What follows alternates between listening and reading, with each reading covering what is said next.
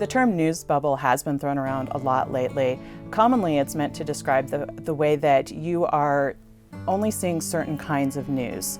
News that maybe agrees with you. So you'll hear this referred to frequently with social media, where the things that you like then get replicated in your news feed. So you start to see more things that agree with your opinion, and you see fewer things that disagree with or provide a different perspective. You know, what we're hoping to do is maybe get people to sort of pause. And because it's hard, we're not saying, you know, you have to do it all at once. There's little things that you can start with. One of the things that you can do is start managing how much news you're actually looking at. So you might want to do a news audit. Go through all the news outlets that you might be following, where you're getting the news, whether it be on social media or you're subscribing to something, and start looking at it closely and saying, well, what do I actually have time to read thoroughly? So once you've cut it down, you might want to slowly add in a few different perspectives than what you're used to reading. And that can be difficult at first because you're probably going to emotionally respond to that.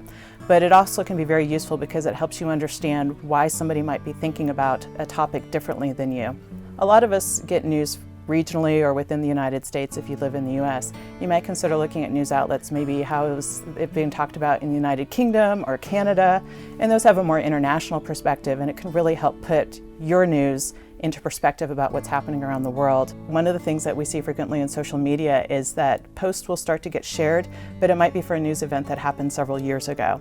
And there's nothing more awkward than being the person who shared the news story that was from 3 years back. And then the other thing too is, don't react while you're still having that emotional response.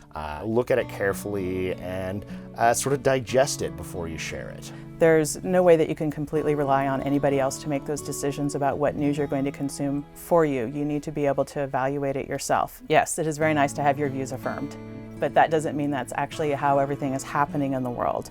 And so one of the things we have to do is take a step out of our comfort zone and try to see what's happening from a different perspective.